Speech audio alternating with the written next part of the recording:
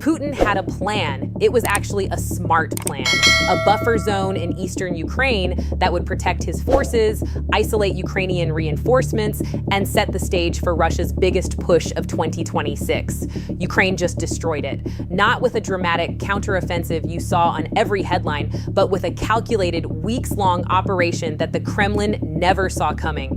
Here's exactly what happened, why it matters, and what comes next. Something significant has shifted on the Eastern Front, and it didn't happen overnight.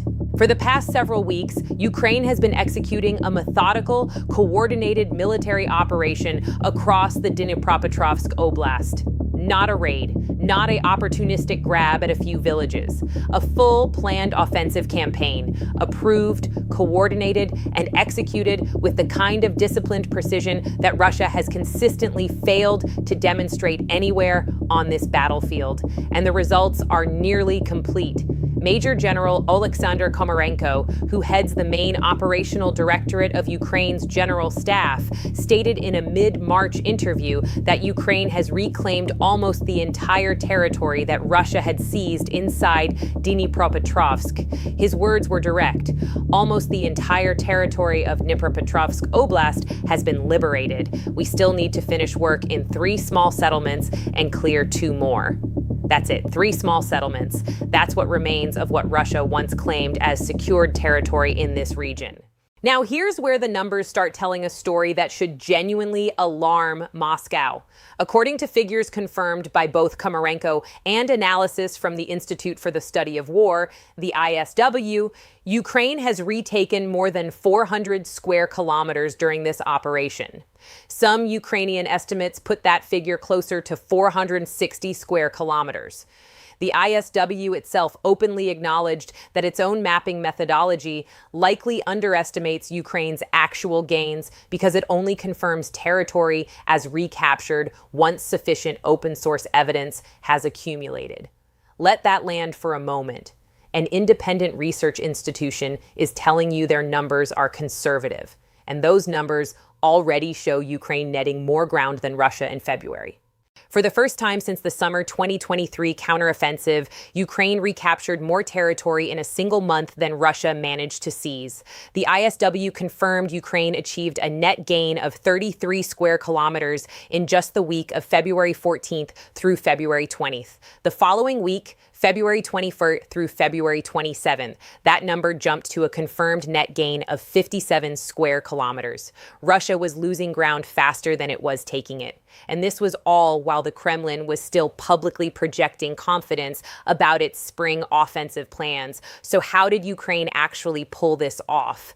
Komarenko confirmed it wasn't improvised. This is a planned offensive operation that has passed all the procedures of approval, coordination, and so on, he said. Ukraine deployed a combination of airborne assault forces and ground assault units along the Oleksandrivsk axis, a critical junction point sitting at the intersection of Dnipropetrovsk and Zaporizhzhia. Mechanized brigades that had previously been holding defensive positions in the sector shifted roles as the operation progressed, transitioning from defenders into active offensive participants, folding into the sweep and widening Ukraine's advance. The result was a systematic settlement-by-settlement recapture of territory. Not chaotic, not reactive, deliberate. And Russia, it turns out, hadn't been holding this territory with much. What Ukraine encountered wasn't entrenched defensive lines. It was relatively small infiltration units, loosely positioned, never expecting a coordinated push of this scale. Ukraine's assault forces moved through. The mechanized units followed and locked down what was taken. Drone swarms provided the overwatch. The territory that Putin had quietly claimed, gone. In weeks. But here's the part that goes beyond a battlefield win. Because this wasn't just about reclaiming ground, Russia had a very specific reason it needed that territory. And Ukraine taking it back has broken something important in Moscow's war plan. To understand why the Dnipropetrovsk reversal is so significant, you have to understand what Russia actually wanted with that territory in the first place. Putin's stated goal in this war has never really changed. He wants the Donbass, specifically the full administrative territories of Donetsk and Luhansk. He's made that a central demand in any peace framework, and Russian forces have been grinding toward that objective at enormous human cost for years now. But taking the Donbass is only part of the problem. Holding it and protecting the forces trying to take it requires something else entirely. That's where the buffer zone comes in. Komarenko was explicit about Russia's intent. Their leadership constantly says that they need the entire Donbass and a buffer zone. Their goal was to create a buffer zone in the Dnipropetrovsk region. That was their intention, their plan. Here's the logic. And it is genuinely logical. If Russia eventually controls the Donbass, or even as it's actively pushing to take it, the last thing it can afford is Ukrainian forces striking eastward through Dnipropetrovsk toward Russian supply lines and flanks. A multi-kilometer strip of controlled, fortified territory along that axis would slow any Ukrainian counterattack long enough for Russia to dig in, fortify, and make those gains permanent. Even more critically, Politico reported that Putin's ideal timeline had the buffer zone established before the spring of 2026, because Russia has a planned offensive operation targeting southern Donetsk and the fortress city belt of Sloviansk and Kramatorsk scheduled for that period. The buffer was supposed to serve an active operational function, bog down Ukrainian reinforcements trying to reach those areas, isolate forward Ukrainian units, and create the conditions for Russia's push to succeed. It was a layered plan. Buffer absorbs pressure from the west. Main force pushes deeper into Donetsk from the north and east. Ukraine can't reinforce fast enough. Russia takes the fortress belt. That was the plan. Ukraine just removed the buffer from the equation entirely. Military analyst Emil Kastahelmi of Finland's Blackbird Group, speaking to the Kyiv Independent, assessed the situation plainly. Over the last few weeks, Ukraine has been counterattacking, especially in the Dnipropetrovsk region. Generally, it's clear that the initiative in this sector of the front has shifted to Ukraine. The initiative has shifted, not temporarily, structurally. Ukraine didn't just retake land, it dismantled the precondition for Russia's next major offensive phase. The spring push into Donetsk now has to proceed without the protective flank that Russia spent months building. Ukrainian reinforcements won't be slowed by a buffer that no longer exists. Russian forces that were positioned to support that buffer are now being redirected, reactively, not by choice. And that redirection is already visible in the data. Here's what most analysts aren't fully connecting yet. The Dnipropetrovsk reversal isn't just a territorial loss for Russia. It's a manpower problem, a logistics problem, a timing problem, all at once. Komarenko specifically noted a shift in Russian attack patterns near the city of Pokrovsk, one of the most contested points in the entire Donetsk front. The number of enemy attacks around Pokrovsk and Mirnohrad has somewhat decreased as their forces were redirected toward the Oleksandrivsk axis, he said. Read that carefully. Russia is pulling assault pressure away from Pokrovsk, a key objective it has been hammering for months, and redirecting it toward a sector it thought was already secured. This isn't a strategic redeployment. This is a fire drill. Russia is scrambling to reclaim territory that it never planned to have to fight for again, and it's doing this while already stretched. By the way, if you want this level of analysis on every major development in the Ukraine war, you're in the right place. Subscribe to War News. We break this down every week. Now, back to Russia's manpower problem, because this is where things get genuinely revealing. On March 2nd, the Moscow Times reported that Russia has become so desperate to fill its military ranks that it has begun sending letters to the parents of young women from Central Asian countries, specifically targeting daughters who are currently serving prison sentences. The offer? $26,000 for 1 year of military service. Russia is recruiting female convicts from Central Asia. Let that sit. This isn't a country that's winning and has options. This is a country that has burned through its most willing recruits, is struggling to replace losses fast enough through traditional mobilization, and is now reaching into the most vulnerable populations it can find. People with limited legal protections and economic desperation to maintain force strength. Ukraine's defense minister, Mikhailo Fedorov, set a target of 50,000 Russian casualties per month to be reached by the end of 2026. That's not a boast. That's a strategic planning figure. Ukraine is building kill zone capacity, deploying new drone missile hybrid systems like the Flamingo, and expanding its long-range strike capability specifically to hit that number consistently. If Russia is already struggling to recruit at current casualty rates, and it is, then what happens when Ukraine hits 50,000 a month with regularity? The math doesn't work in Moscow's favor. The Atlantic Council noted in its March dispatches that Ukraine emerged from Russia's winter energy and infrastructure bombardment, the sustained drone and missile campaign against the grid, not weakened, but with momentum.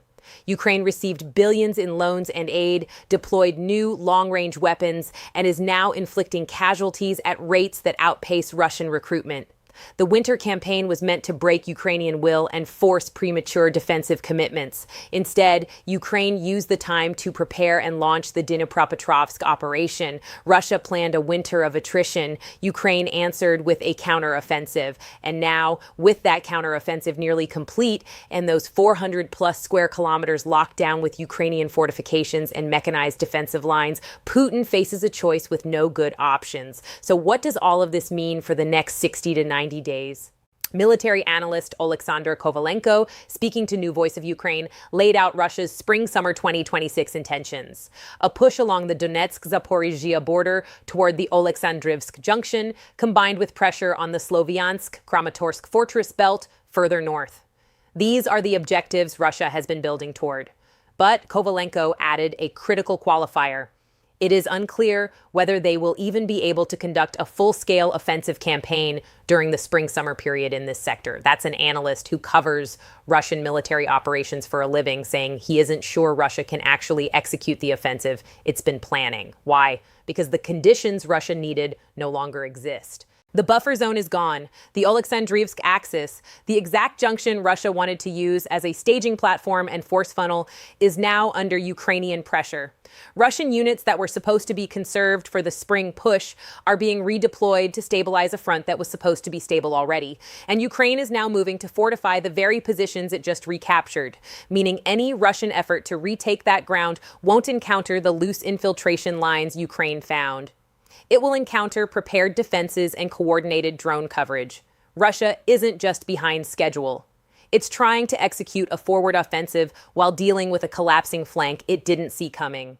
Remember what was said at the start of this analysis, that this operation would reveal something alarming about where the war is headed in 2026. Here's what that is. Ukraine is no longer just defending. It is forcing Russia to defend. And Russia, for all the bluster and body count it has thrown at this war, has never demonstrated it can defend and attack simultaneously without something breaking. What's breaking right now is the spring offensive's preconditions. Ukraine retook more than 400 square kilometers. ISW says that's likely an undercount. Defensive lines are going up. Russian forces near Pokrovsk are being thinned to plug the Oleksandrivsk hole. Recruitment is reaching into Central Asian prison populations. And Ukraine's kill zone capacity is expanding month by month. The picture emerging from the Eastern Front is not of a conflict winding down. It's of a conflict in which one side, Ukraine, has seized the operational initiative at a moment when the other side was banking on momentum it no longer has. Putin needed the spring of 2026 to be Russia's season.